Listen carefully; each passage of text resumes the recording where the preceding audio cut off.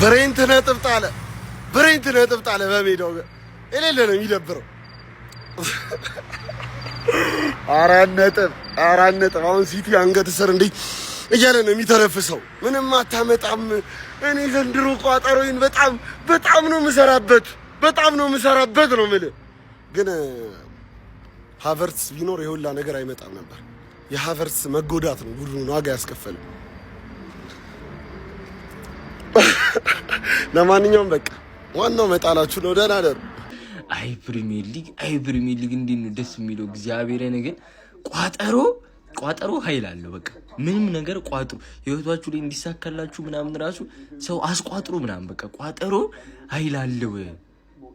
በቃ ዛሬ ብሬንትፎርድ የተጫወተው ለራሱ አይደለም ለፕሪሚየር ሊጉ ነው የተጫወተው። በቃ ለፕሪሚየር ሊጉ ድምቀት ሲባል ነው። እኔ በጣም ነው የጸጸተኝ ነገር ምን እንደሆነ ታውቃላችሁ? እኛ በሲቲ መሸነፋችን ነው።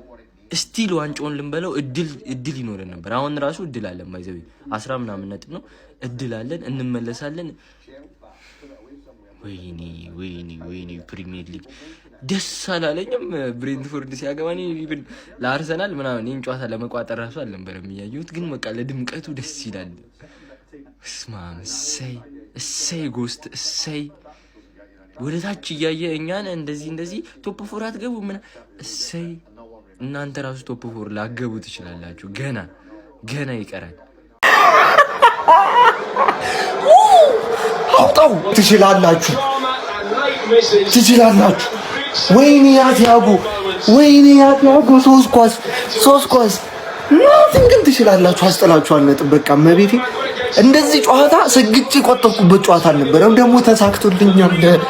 ይችላል ብሬንትፎርድ ከሞን አረ በስመ አብ ያውላ ጎል እንደሚያገባው ለዚህ ቀን ካልሆነ በስመ አብ ትችላላችሁ። ካውዲ ትችላለህ። አጥሮ እንዲ ነገር ያለው ቺናው እንዲ አውጣው ዘመዱ ጋራ ምን ይንቆሻቆሻል? ወያለው ተለጥልጦ መላጣውን ያሻለ በለው። አንተ ብሬንቶ ምን ላድርግሎት? ብሬንትዬ በምን ውለቶ ትልቅ በር ብሬንትዬ እርሶን አንዴ ተጠብቄ የነበረው እርሶን ወያለው ባለፈው ማክሰኞ ቋጠርሻኔ ላይ የራስሽን ጉድ ሳጣቂ ማለት እንዴት አባቱ ደስ የሚለው! ወይኔ ችላለን።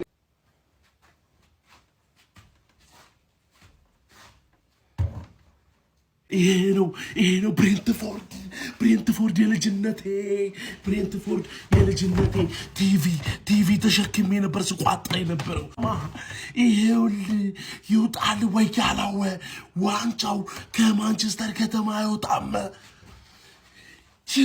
ይሄ ነው ብሬንትፎርድ የልጅነት ክለቤ፣ የልጅነቴ የኔ አባት ወንድ ናችሁ። እሺ ምድረ ወያለ ኩታራ ይሄውላችሁ ገባላችሁ። እሺ ገባላችሁ። ይህን ብሉ ይውጣላችሁ። አንድ ነጥብ ጀሞ አንድ ነጥብ ማለት ነው። አይገባንም ነበር በዚህ ጨዋታ ላይ 3ቱንም ነጥብ ሊወስድ የሚገባው ቡድን ነበረማ ብሬንትፎርድ በአግባቡ ማለት ነው። የምሪን ነው ምላችሁላችሁ። ትላንትና ሲቲን እንደዛ ራስ ነብር መስሎ አይተውት ማለት ነው። ምን አይነት ምላሽ ነበር ቡድናችን መስጠት የነበረበት? አንገቱን ሊያስደፋ የሚችል ገብቷችኋል። አስፈሪ ቡድን እንደሆነ አርሰናልን ማለት ነው መልእክት ማስተላለፍ ነበረበት በአግባቡ። አርቴታም ሆነ ቡድኑ ግንስ ሜዳ ላይ ያየነው ምንድነው? የተልፈሰፈሰ ጨዋታና ቡድን የተመለከተው ዛሬ። እንዴት አባቱ የሚያቃጥል ኳስ ነው ያየነው። ማን እንዴት አባቱ እንዴ! በአብዛኛው ነገር እኮ ተበልጠናል ሜዳ ላይ በአብዛኛው ነገር። ተጫዋቾቻችን ራሱ ማለት ነው ምን ያህል ወርክሬታቸው ወርዶ እንደነበር ዛሬ ጨዋታ ላይ ተመልከቱ። ማን ምን ተከላካያችን ግዴታ ሳሊባ መኖር አለበት ማለት ነው ለመረጋጋት ቡድኑ እርግጥ ብሎ ለመጫወት ማለት ነው። ማጋሊሽ አይተንበትም ማናቆ ስህተቶችን ሲሰራ ያየነው ነው። አይታችኋል አይደለ? እና በቃ ማን ይሄ ለኛ ይገባል። አይኑ በ4 ነጥብ ልዩነት እኮ አለ። አሁን ገና ነው ውድድሩ አውቃለሁ። እሱን ግን ቢሆን ይሄ ጨዋታ ላይ ግን ምን አይነት የደከመ ብቃት ነው ያሳየ ነው። የደከመ ራሱ አይገልጹ እንዴት እንደተቃጠልኩኝ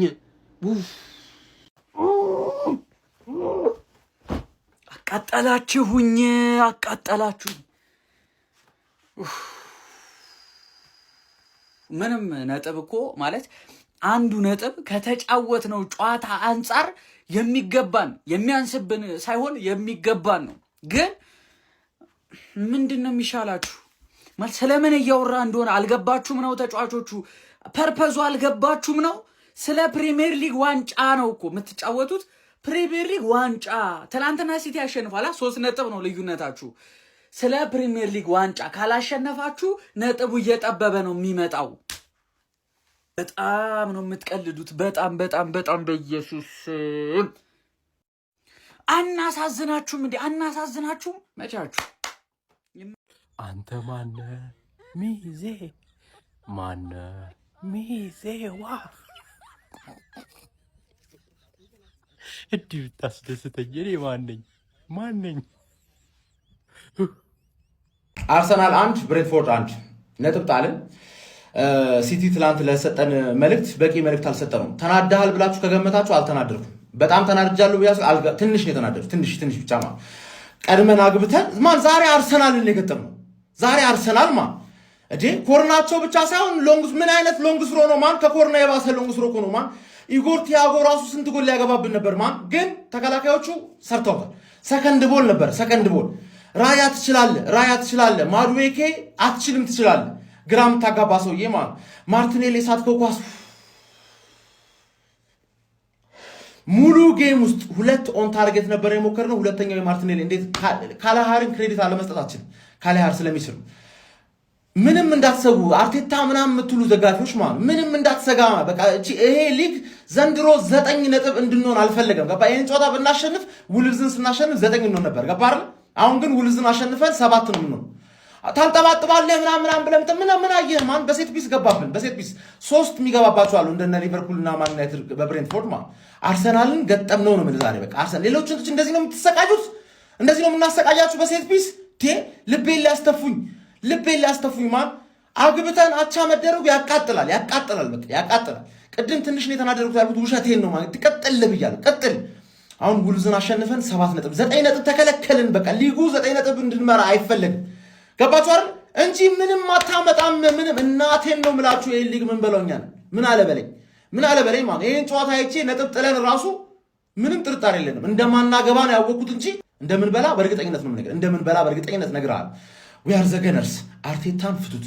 ስናሸንፍ እንትና ይችላል ከአርቴታ ውጪ አቻ ስንት አርቴታ ድንጋይ ራሱ አርቴታን ፍቱት። 38ኛ ሳምንት ነው አርቴታን የምትገምቱት። ጨርሰናል። ቢስሚላ ምን አይነት ጨዋታ ነው ያየነው ሰዎች? ገራሚ ጨዋታ እውነት። አርሰናል ከብሬንትፎርድ አይመስልም። የሊጉ መሪ እንግዲህ አርሰናል ከብሬንትፎርድ ጋር አቻ ተለያይቷል። ቪዲዮን ኮፒ ሊንክ ፖስት ላይ በማድረግ ጀምሩት። እውነት ብሬንትፎርዶች አርሰናልን እጅግ በጣም ፈትነውት ነበር።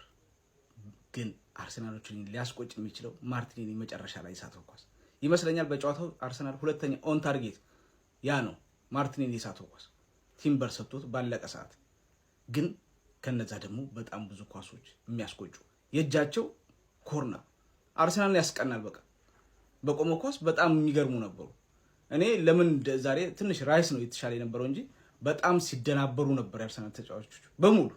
በቃ ገበያ ውስጥ በግ የጠፋው በግ ነጋዴ ነው የሚመስሉት ሁሉ። እኔ አሁንም ልክ ከዚህ በፊት ሄነሪ አንስቶት እንደነበረው ልክ ይሄ ሜንታሊቲ ደረጃ በጣም ጥያቄ ውስጥ የሚገባ ይመስለኛል። ግን 3 ነጥብ ይገባናል የሚሉ አይመስሉኝም ዛሬ አርሰናል። እንደውም ብሬንትፎርድ ሊገባቸው ይችል ነበር ዛሬ። በጣም ጥሩ ፐርፎርማንስ ነው ያሳዩት። በሙከራው ኦን ታርጌት እነሱ ይበልጡ ነበር። እኔ ይሄ ጉዳት ነው ብዬ አላስብም ለአርሰናል። ግን እንግዲህ ከ3 ነጥብ ወደ 4 ከፍ አድርገውታል። ምክንያቱም ሳይጫወቱ በፊት 3 ነበር በሲቲ እና በአርሰናል የነበረው፣ አሁን ወደ 4 ከፍ አድርገውታል። እንግዲህ የዋንጫ ፉክክሩ በጣም ተጧጡፏል። ግን አንድ ማግኘት ዛሬ ከዛሬው ጨዋታ ላይ እኔ የከፋ ነው ብዬ አላስብም። ለማንኛውም እስቲ በጨዋታው ላይ የተሰማችሁን ኮሜንት ላይ አስቀምጡ። ቪዲዮ ከተመቻችሁ ኮፒ ሊንክ ሪፖስት ላይክ ማድረግ እንዳይረሳ። ቴንክ ዩ። አርሰናል ምንድን ነው ያደረገው? የዋንጫ ቡድን እኔ በዚህ ልክ ፐርፎርም ማድረግ አለበት ብዬ አላምንም። በ26ኛ ሳምንት የእንግሊዝ ፕሪሚየር ሊግ መርሃ ግብር ጠንካራ የሚባለውን የኬት አንድሪስን ብሬንትፎርድን በሜዳው ጂቴ ኮሚኒቲ በመቅጠም እንግዲህ 1-1 በመለየት ነጥብ ለመጣል ተገዷል። በዚህ ጨዋታ ላይ መድፈኞቹ አርሰናሎች እንደ ዋንጫ ቡድን የጠበቁትን አይነት ፐርፎርማንስ አስመልክተዋል ብሎ ለመናገር በጣም አስቸጋሪ ነው። ከማንቸስተር ሲቲ ጋር ያለውን የነጥብ ልዩነትም ወደ 6 ማስፋት የሚችልበትን እድል ሳይጠቀምበት ቀርቷል። አሁን ላይ አርሰናል በነጥቡም እንግዲህ 57 ነጥቦችን በመያዝ አንደኛ ደረጃ ላይ ተቀምጧል። ማንቸስተር ሲቲ በ53 በ4 ነጥብ ዝቅ ብሎ ይገኛል ማለት ነው። ጨዋታውን ከተመለከትነው አርሰናል በማዱኬ ጎል ማስቆጠር ችሎ ነበር። አስቀድሞ 61ኛው ደቂቃ ላይ 4-0 ሲመራ ነበር። ከዛ በኋላም ከካዮዲ በጁሮራ የተነሳች ኳስ ሌስ ፖተር በማስቆጠር 71ኛው ደቂቃ ላይ አቻ ማድረግ ቻለ። ኢጎር ቲያጎንዶም ተደጋጋሚ ድሎችን አመከነ እንጂ ብሬንትፎርዶች ከዚህም በላይ የተሻለ አጋጣሚዎችን አግኝተው ነበር። የጎል ድሉን በመፍጠሩ ረገድም የተሻለ ቡድን ነበሩ። ለኬት አንድሪውስ ክሬዲት መስጠት ያለብን ይመስለኛል ለዚህ ጨዋታ ማለት ነው። በጣም የሚገርም ፐርፎርማንስ ነበር ያስመለከቱን። ከአርሰናል ግን የጠበቅነውን ፐርፎርማንስ አግኝተናል ብሎ ለመናገር በጣም ከባድ ነው። እንደነ ማዱኬ ኢዜ የመሳሰሉት ተጫዋቾች ጨዋታው ላይ በጣም ደካማ ፐርፎርማንስ ነበራቸው። ማዱኬ ጎል ያስቆጥር እንጂ ፐርፎርማንሱ እምብዛም ነበረ ማለት ይቻላል። ተቀይሮ የገቡት ተጫዋቾች ሜዳ ላይ ያን ያህል ተጽዕኖ መፍጠር ሲችሉ አልተመለከትናቸውም ነበረ። ለማንኛውም አርሰናል እንግዲህ ነጥብ ተጋርቶ ለመውጣት ተገዷል ማለት ነው።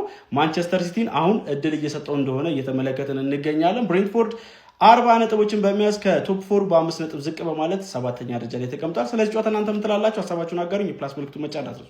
መልበሻ ክፍል ውስጥ ሰው ሞተ ልትባል ትችላለህ። ነገ ጧት ያራዳ ልጅ ሚካኤል አርቴታ ከማርቲኔሊ ጋር በግል ጉዳይ እንድናወራ እፈልጋለሁ። ምንም ሌላ ሴዶ ማርሻል ሆኖ ነው የሚገቡት። መልበሻ ክፍል ውስጥ ጥያቄ በሌለው መልኩ እንድታናገረኝ እፈልጋለሁ አይነት ጨዋታ ነው የሚኖረው። ሌላ ነገር አይኖርም። ያንኳ ሰባክነህማ እንደዚህ ልንጫወት ልናወራ ይበቃል። እስካሁን የቀለርከው ሜዳ ውስጥ አይደለም መልበሻ ክፍል ውስጥ አናግረኝ ነው። ሌላ ነገር የለውም። ጠዋት ላይ ፈሳሳ የሆነ ነገር ሲባል እንሰማለን። ጥርስ ተለቅሟል ብሬንፎርድ መልበሻ ክፍል ውስጥ የሚባል ዜና ልንሰማ እንችላለን። ያራዳ ልጅ ማለት ነው። በ4 ነጥብ ሆኗል ከሲቲ ጋር። ሲቲ ማነፍነፍ ጀምሯል። ጎብዬ ጠጋ ብሎ ነው እያደመጠው የሚገኘው አርሰናልን ልብ ምት ነው ምል ያራዳ ልጅ እነዚህ ሜዳ ውስጥ ምን እንደሚሰሩ ምን እንጃ። እኔ ግራ የሚያጋባ ሁኔታ ላይ ነው ያለው። ሚካኤል አርቴታ ጨርቁን ከመጣሉ በፊት ጨርቅ የሚያስጥላቸው ተጫዋቾች የሚኖሩ ይመስለኛል ቀድሞ እሱ ራሱ። ምክንያቱም ሜዳ ውስጥ ገብቶ ምን እየሰሩ እንደሆነ ሁሉ ግራ የሚያጋቡ ተጫዋቾች አሉ አርሰናል ቤት ውስጥ። ያራዳ ልጅ እስቲ ሀሳብ አስተያየታችሁን ምንድን ነው? እንዴት ነው የአርሰናል እንቅስቃሴ አካሄድስ? ወደ ከ6ቱ ጨዋታዎች ያራዳ ልጆች ከሊቨርፑል ከማንቸስተር ዩናይትድ ሽንፈት ገጥሞታል፣ ገብቷል። ከብሬንፎርድ ጋር ተወጥቷል። የምትመለከተው ነገር ነው። ይሄ በጣም ከባድ ነው። ስለዚህ ሀሳብ አስተያየት ኮሜንት ላይ እያስቀመጣችሁ እስቲ የፕላስ ምልክቷንም እዚህ ጋር እየነካችሁ ግቡለት።